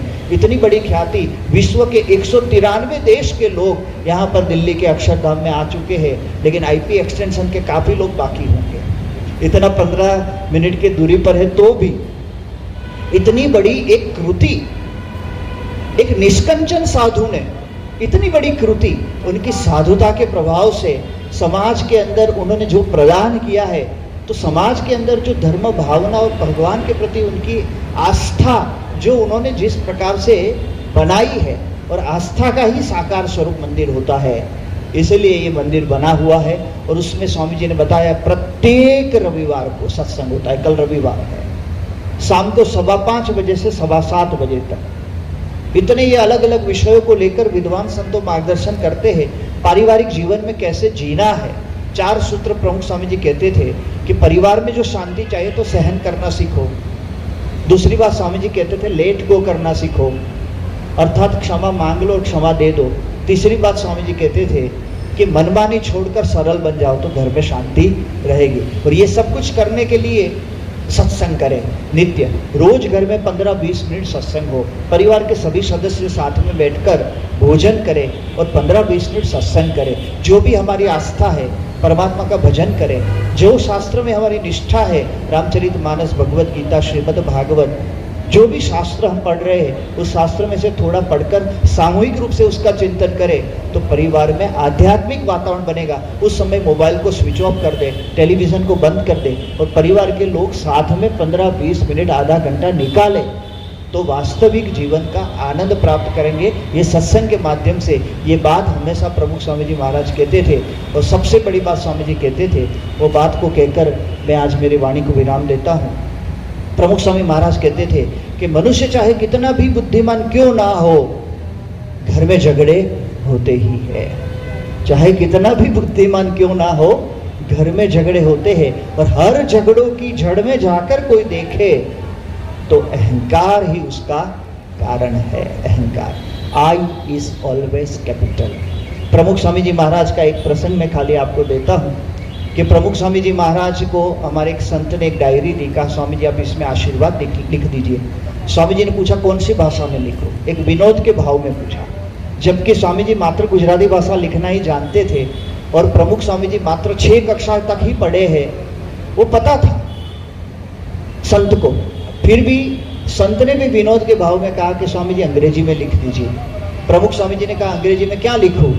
तो उन्होंने कहा स्वामी जी इतना लिख दीजिए, आई एम ब्लेसिंग यू। प्रमुख स्वामी जी ने कहा आप स्पेलिंग बोलिए। अल्फ़ाबेट लिखना स्वामी जी जानते थे, स्पेलिंग बोलिए। उन्होंने लिखवाया आई, स्वामी जी ने लिखा, AM स्वामी जी ने लिखा, ब्लेसिंग स्वामी जी ने लिखा और यू, ऐसा करके स्वामी जी को लिखवाया। स्वामी जी ने लिखा अंग्रेजी में आई एम ब्लेसिंग यू और फिर संत को डायरी दी। उन्होंने वो हस्ताक्षर देखे अपने गुरुदेव के अंग्रेजी में, इतने प्रसन्न हो गए और उन्होंने कहा स्वामी जी आपने कितना स्वच्छ लिखा है, कितना स्वच्छ लिखा है। और बाद में कहा एक भूल की है स्वामी जी। तब प्रमुख स्वामी जी महाराज उनके सामने देखने लगे और कहा कौन सी भूल है? तब प्रमुख स्वामी जी महाराज को संत ने कहा आपने जो आई लिखा है पहले वो छोटे वाला लिखा है, आई इज ऑलवेज कैपिटल। तब प्रमुख स्वामी जी ने कहा कि व्याकरण की परिभाषा को मैं नहीं जानता, परंतु जीवन में आई जितना छोटा होगा उतनी शांति अधिक होगी, उतनी शांति अधिक होगी। पारिवारिक शांति के लिए आज परिवार घर के अंदर अहंकार छोटी छोटी बातों में, एक खाली कैलेंडर टांगना हो तो भी, किल थी उसके हाथ में, हथौड़ी थी दूसरे के हाथ में कैलेंडर था। अब कैलेंडर इस दीवार में टांगना था, जिसने किल पकड़ी थी उल्टी पकड़ी थी, नोक अपनी तरफ और माथा दीवार की तरफ किल का। अब उसने किल पकड़ी थी तो उसने कहा यार ये कंपनी वाले कितने बुद्धू है, उल्टी किल बनाई है। तो जिसने हाथ में कैलेंडर पकड़ा था उसने कहा ये कंपनी वाले बुद्धू नहीं है, तू मूर्ख है, ये किल उस दीवार की है। वहाँ टांग दिया। हम दीवारें बदलते हैं लेकिन हाथ में पकड़ी हुई कील को बदलते नहीं, उसको खाली पलट, क्योंकि मैंने पकड़ी है। क्या है? मैंने पकड़ा है, वो उसको मैं बदलूंगा नहीं। चाहे मैं गलत हूं तो भी, लोग मूर्ख है, मैं ही सच हूं।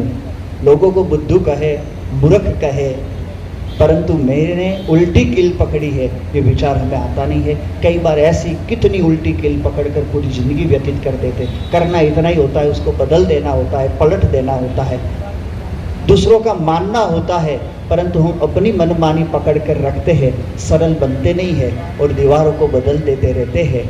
तो ये जीवन का एक हमारा प्रवाह है। इस प्रवाह के अंदर हमें अध्यात्म की दिशा देने वाले ऐसे संत प्रमुख स्वामी जी है। और प्रमुख स्वामी महाराज के आध्यात्मिक अनुगामी आज गुरुदेव महंत स्वामी जी महाराज है, परम पवित्र साधुता की मूर्ति। उनके पवित्र पारदर्शक जीवन में से कोई आर पार देखे तो उनकी पवित्रता में हमें यही दिखेगा कि इस संत के अंदर भगवान के सिवा और कुछ नहीं है।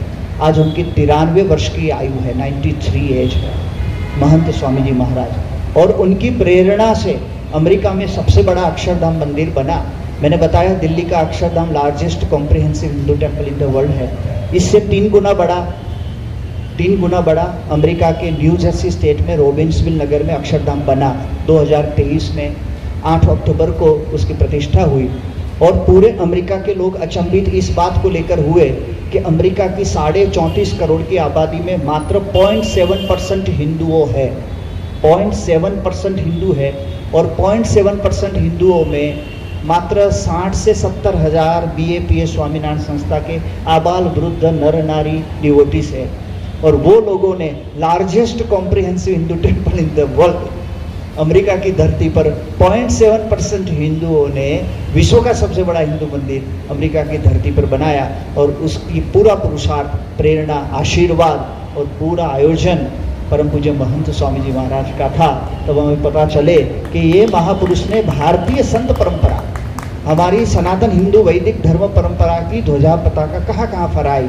और उनकी पवित्र साधुता का दर्शन करके ही अबू धाबी के शेख मोहम्मद बिन जायद अल नह्यान साहब, अबू धाबी के राजा महामहिम शेख मोहम्मद बिन जायद अल नह्यान साहब ने स्वामी जी के चरणों में 30 एकड़ धरती दान के रूप में अर्पण की और कहा यहाँ सनातन वैदिक धर्म परंपरा का 7 शिखर का मंदिर बनाओ, आपको ये भूमि हम अर्पण करते हैं। और अबू धाबी में जो भव्य BAPS हिंदू मंदिर बना वो महंत स्वामी जी महाराज हमारे गुरुदेव ने बनाया, जो आज उनकी निश्रा में अक्षरधाम से भी अधिक, 1800 से भी अधिक मंदिरों विश्व भर के अंदर है। और 1250 से अधिक संतों विश्व में भ्रमण करते हैं। तो ये साधुता का प्रभाव है। ऐसे संत का चरित्र जो हमारे सामने हो, उनकी पवित्रता का साक्षात्कार हमें हो, उनके दर्शन हो, उनका संग हो, तो चिंतन और ध्यान में वो रहेंगे। यदि ध्यान में वो रहेंगे तो हमारे चरित्र में वो ही आएंगे। चरित्र बदल जाएगा। विचार बदलने से चरित्र बदलता है, चिंतन बदलने से चरित्र बदलता है। तो हम कौन सा चिंतन कर रहे हैं उस पर सब कुछ निर्भर है। इसलिए 2 बात हमारे सामने है, मन तो वही है, मन की प्रक्रिया भी वही है, मन की गति भी वही है, परंतु उस मन को विषय कौन सा देना है वो हमें पसंद करना पड़ेगा। वो चिंतन करने के लिए आज का ये सत्संग है कि कौन सा विवेक उपयोग करके मन को सही दिशा हमें देनी है, सत्संग की तरफ जाए अथवा अधःपतन की तरफ जाए, सुख कहाँ है और दुख कहाँ है, इतना विचार हम सबको कर लेना चाहिए। तो आज के सत्संग की ये फलश्रुति है। हम पूज्य धर्ममूर्ति स्वामी जी का खूब आभार व्यक्त करते हैं कि इस गहन विषय को, जो साम्प्रत काल की समस्या को उन्होंने बहुत सुंदर रूप से, वैज्ञानिक रूप से, मनोवैज्ञानिक रूप से और एक शारीरिक विज्ञान को लेकर और सामाजिक परंपरा को लेकर हमारे सामने प्रस्तुत किया है।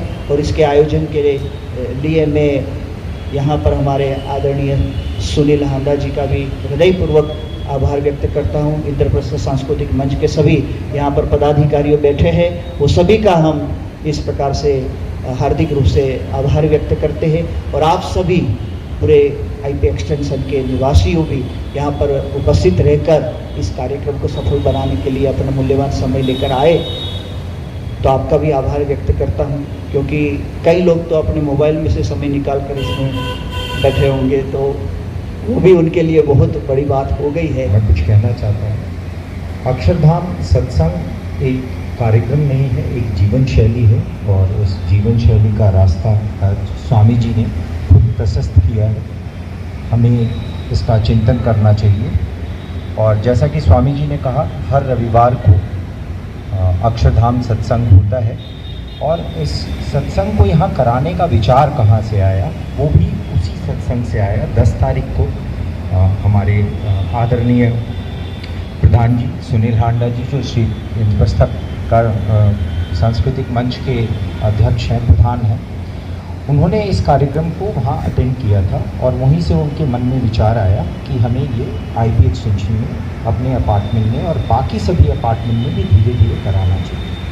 हम उस युग में हैं जहाँ हमारा पेशेंस लेवल एब्सोल्युटली ज़ीरो है। हम हर वस्तु, दूसरे तरीके से कहें तो हम आज 10 मिनट के युग में हैं। हमें हर चीज़ अपने घर के अंदर 10 मिनट में चाहिए।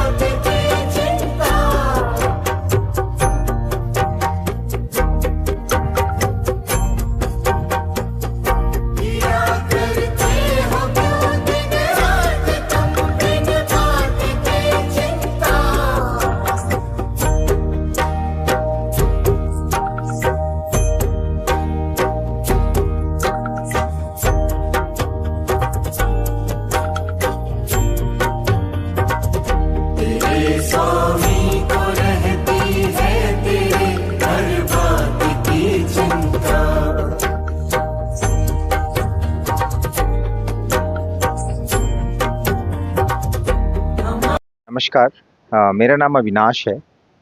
मैं इस प्रतिष्ठित संस्था में कन्वेनर हूँ, चीफ कन्वेनर।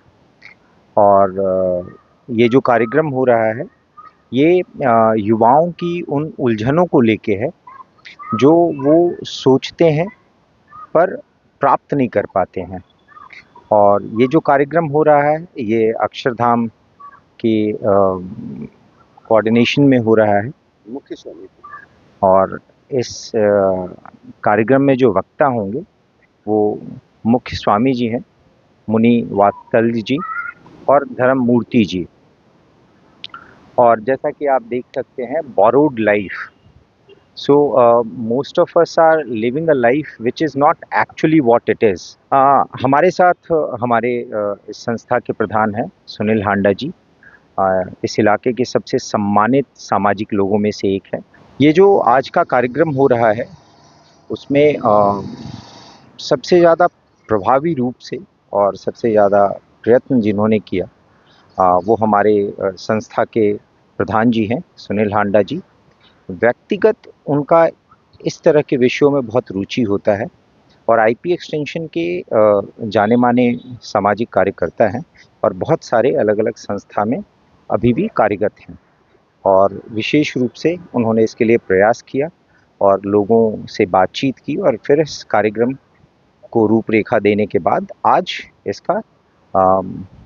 इसको ऑर्गेनाइज किया जा रहा है। आज का कार्यक्रम बड़ा महत्वपूर्ण है। महत्वपूर्ण इसलिए है कि आज के समय में जो हमारा जीवन शैली है और जिस तरह का जीवन हम जी रहे हैं, जो हमारी आकांक्षा, अपेक्षा और नियोजित तरीके से बढ़ता जा रहा है और उसका जो दुष्प्रभाव हो रहा है लोगों पे, उन चीज़ों को ध्यान में रखते हुए हमने ये कार्यक्रम कराया है। अक्षरधाम सत्संग में अक्सर जाते हैं और वहीं से हमें ये प्रेरणा मिली। ये जो कार्यक्रम हो रहा है वो श्री इंद्रप्रस्थ सांस्कृतिक मंच और अक्षरधाम के सहयोग से हो रहा है। मैं श्री इंद्रप्रस्थ सांस्कृतिक मंच का महामंत्री हूँ। आज का कार्यक्रम सत्संग रखा गया जो अक्षरधाम मंदिर के प्रमुख स्वामी जी महाराज के द्वारा किया गया। जैसा कि आप देख सकते हैं यहाँ पे बहुत बढ़ चढ़ के लोगों ने हिस्सा लिया। हमें बहुत कुछ नए ज़माने के हिसाब से सीखने को मिला। इस तरीके के सत्संग हमारा उद्देश्य है कि और भी अपने एरिया में कराते रहें। जैसा कि आप जानते हैं इंद्रप्रस्थ सांस्कृतिक मंच बहुत सारे कल्चरल और रिलीजियस फंक्शन हमारे एरिया में कराता रहता है, लेकिन उसी में सत्संग ये पहली बार हमारा एक प्रयास था। हमें देखने में लग रहा है कि लोग इसके लिए काफ़ी उत्साहित हैं और आगे भी ये कार्यक्रम होता रहेगा। बाकी जैसा स्वामी जी ने आदेश दिया है, सभी लोगों को बढ़ चढ़ के ख़ास तौर से हमारे एरिया से अक्षरधाम मंदिर में जाते रहना चाहिए। हर रविवार वहाँ पे भी एक सत्संग का कार्यक्रम किया जाता है, तो आप अपने परिवार के साथ 5:15 से 7:15 वहाँ भी जा सकते हैं। और श्री इंद्रप्रस्थ सांस्कृतिक मंच की तरफ से आपको बहुत से कार्यक्रम देखने को मिलेंगे। गेट नंबर 4 सभी के लिए बता देता हूँ, वहाँ से प्रवेश होता है अक्षरधाम मंदिर में। हर रविवार वो कार्यक्रम रखा जाता है 5:15 से 7:15। युवाओं को ऐसे सत्संग से जोड़ने की कितनी आवश्यकता है, कितनी ज़रूरत है, इस बारे पर क्या आपके विचार रहेंगे? मुझे लगता है कि आज का सत्संग तो सबसे ज़्यादा युवाओं के लिए ही था। हालांकि हर आदमी, हर इंसान, चाहे वो किसी भी वर्ग से, चाहे किसी भी एज ग्रुप को बिलोंग करता हो, लेकिन युवाओं के लिए ये बहुत ही इम्पोर्टेंट टॉपिक था। आज जो है स्वामी जी ने बताया, मोबाइल और जिस तरीके से सेलिब्रिटीज़ को फॉलो करना, इन्फ्लुएंसर्स को फॉलो करना हमारी लाइफ का एक नॉर्मल जरिया बन चुका है। किस तरीके से उससे उभरा जा सकता है, किस तरीके से जीवन को और परिचय दिया जा सकता है, वो सब बताया गया। आज का जो टाइटल रखा गया है सत्संग का, बोरोड लाइफ, ये कहाँ से प्रेरणा मिली? बोरोड लाइफ, आजकल जैसा स्वामी जी ने बताया, हम सब बोरोड लाइफ में ही जी रहे हैं। हम किसी को फॉलो करते हैं।